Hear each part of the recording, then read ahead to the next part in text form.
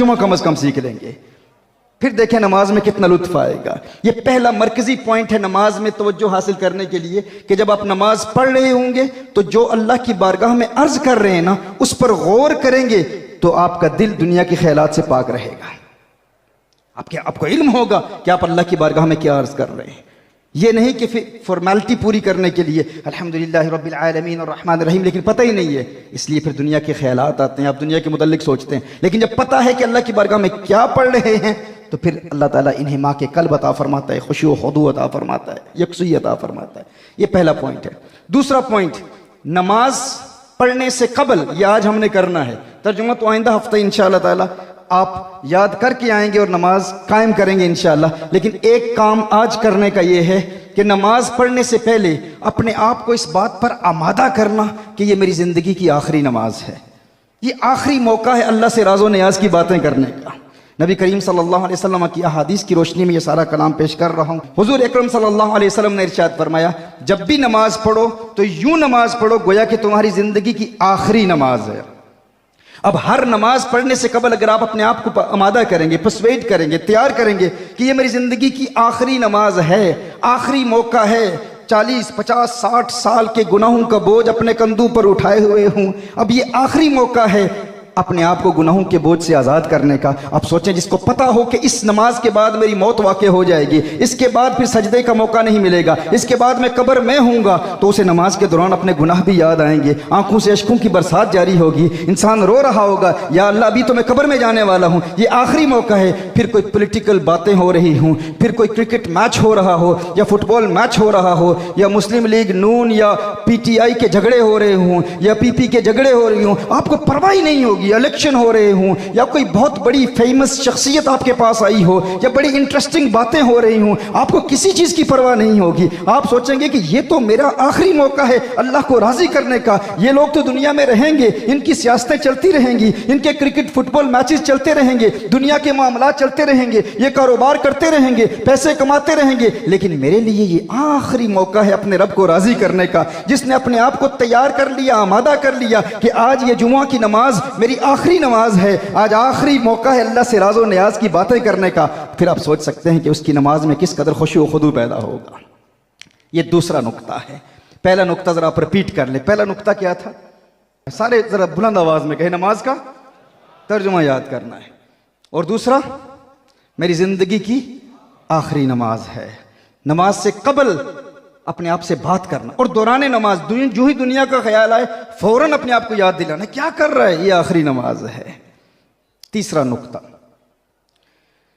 ये तसव्वुर करें कि आसमान से मलाइका नाजिल हो रहे हैं मेरी इस नमाज की वजह से और मेरे इर्द गिर्द गर्दिश कर रहे हैं। मेरे पाँव, टांगों, मेरे पेट, मेरे सीने, मेरे सर, चेहरे के इर्द गिर्द यूं फरिश्ते गर्दिश कर रहे हैं और आसमान तक ये फरिश्ते हैं।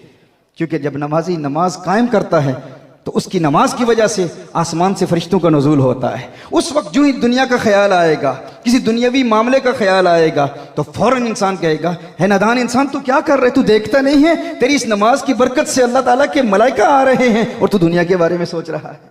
ये तीसरा पॉइंट है, उन मलाइका का तसव्वुर करना। मलाइका की इबादत नहीं करेगा इंसान, इबादत तो अल्लाह की है, लेकिन अल्लाह की बारगाह में शुक्र बजा लाएगा कि इस नमाज की बरकत से इन मलाइका का नुज़ूल हो रहा है। ये नमाज में कंसंट्रेशन हासिल करने का तीसरा नुक्ता है।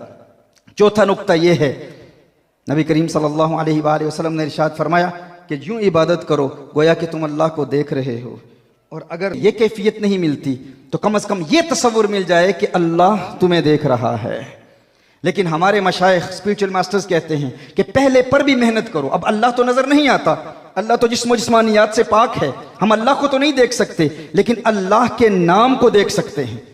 तो ये तसव्वुर करें कि अल्लाह का नाम लिखा हुआ है और आप अल्लाह के नाम पर गौर कर रहे हैं, गौर से अल्लाह के नाम को आप देख रहे हैं। अल्लाह के नाम को देखें नमाज के दौरान, अल्लाह लिखा हुआ है, इससे आपको नमाज में कंसंट्रेशन मिलेगी। ये कितने नंबर का पॉइंट था? पहला क्या था? नमाज का। दूसरा, आखिरी नमाज। तीसरा, फरिश्ते नाजिल हो रहे हैं। और चौथा, अल्लाह के नाम पर गौर करना। और पांचवा नुक्ता यह है कि ये सोचें कि ये वही नमाज है जो हमारे आका सल्लल्लाहु अलैहि वसल्लम पढ़ते थे। मैं गुनहगार, बदकार, स्याहकार, इस्यां शियार, मैं कहाँ इस काबिल था कि अल्लाह जल्ल व अला ने मुझे भी वही नमाज दे दी जो अपने हबीब को अता फरमाई थी।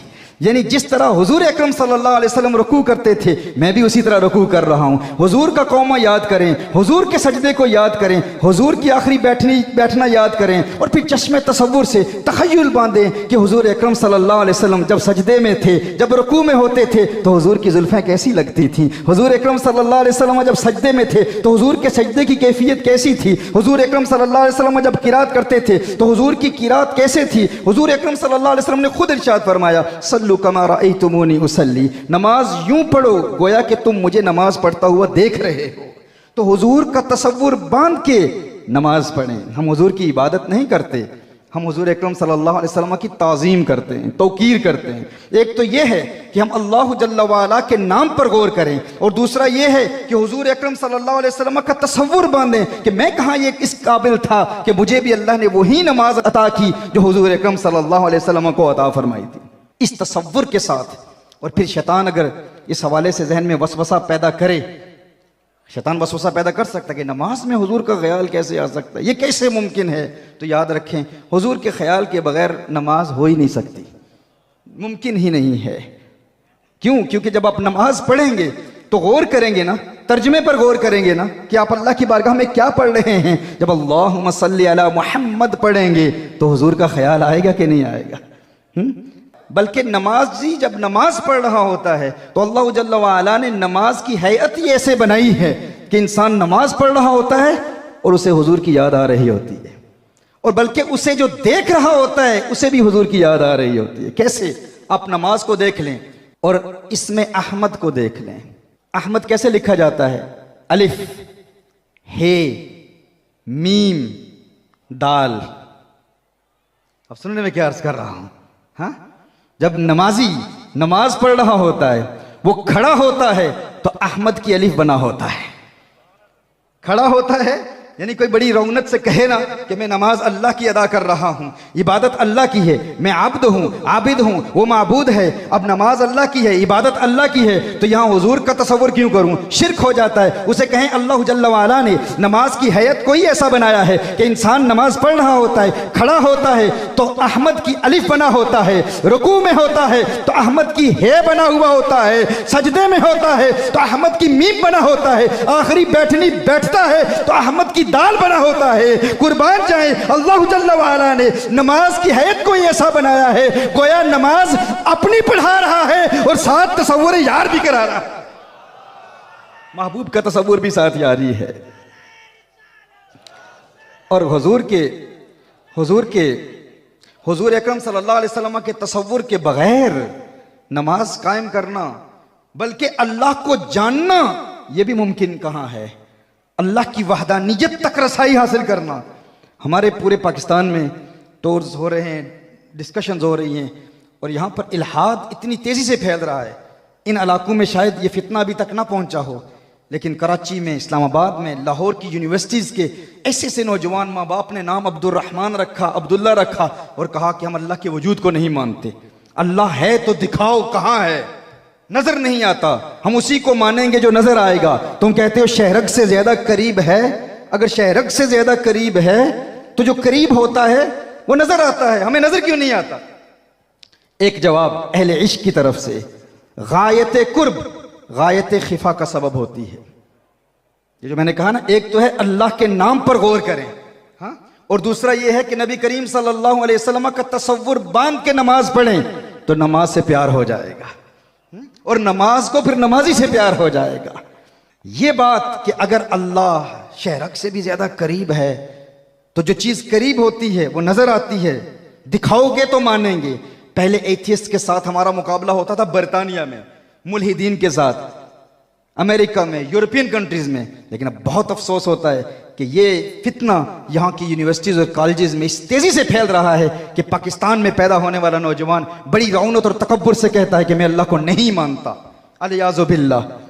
और फिर मिशनरीज यहाँ पर काम कर रही हैं, सीक्रेट सोसाइटीज बनी हुई हैं, वहां पर शैतान की पूजा की जा रही है। क्यों? क्योंकि हम हुजूर से दूर हो गए हैं। कहा जाता है अगर अल्लाह है तो दिखाओ, तो एक कानून याद रखें, गायत कुर्ब गायत खिफा का सबब होती है।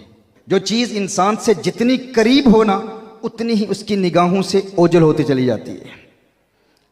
मेरी ये उंगली में से देख रहा हूँ, अब आंखों से दूर है तो नज़र आ रही है, और करीब आई कम नज़र आ रही है, अब और करीब आई अब नज़र नहीं आ रही, यहाँ तो बिल्कुल नज़र नहीं आ रही। यानी जो चीज़ इंसान से जितनी करीब होती है उतनी ही उसकी निगाहों से ओझल होती चली जाती है। जिस तरह इंसान की अपनी आंखें हैं, आंखें आपके माथे के साथ मुत्तसिल हैं। क्या आप अपनी आंखों को देख सकते हैं? क्या किसी ने अपनी आंखों को कभी देखा है? नहीं देखा। तो क्यों अपनी आंखों के वजूद को हम मानते हैं? अपनी आंखों से इंसान अपनी आंखों को नहीं देख सकता। क्या कभी किसी ने देखा है? नहीं देखा। तो आंखों के वजूद को क्यों मानते हो कि आंखें हैं? कहा हमने तो नहीं देखा, लेकिन किसी देखने वाले ने बताया तेरी आंखें हैं तो हमने मान लिया।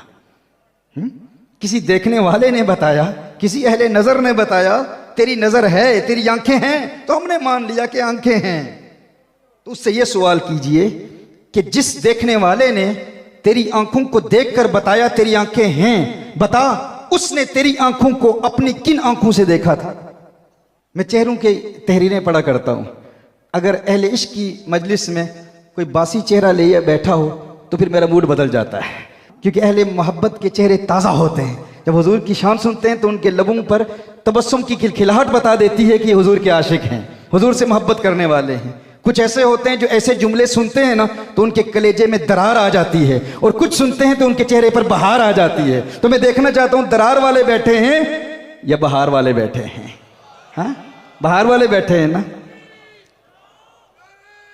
मैं अर्ज कर रहा था, गायत कुर्ब, गायत खिफा का सबब होती है। जो चीज इंसान की आंखों से जितनी करीब होती चली जाती है उतनी ही उसकी निगाहों से ओझल होती चली जाती है, इंसान को नजर नहीं आती। आप अपनी आंखों को देख नहीं सकते, लेकिन आंखों के वजूद को क्यों मानते हो? कहा इसलिए मानते हैं कि किसी आंख वाले ने बताया है तेरी आंखें हैं, तो उससे भी पूछ लेते कि तू बता, जिस आंख वाले ने बताया तेरी आंखें हैं, उसने तेरी आंखों को अपनी किन आंखों से देखा? कहा उसने भी मेरी आंखों को अपनी उन आंखों से देखा जिन आंखों को उसने भी कभी नहीं देखा था।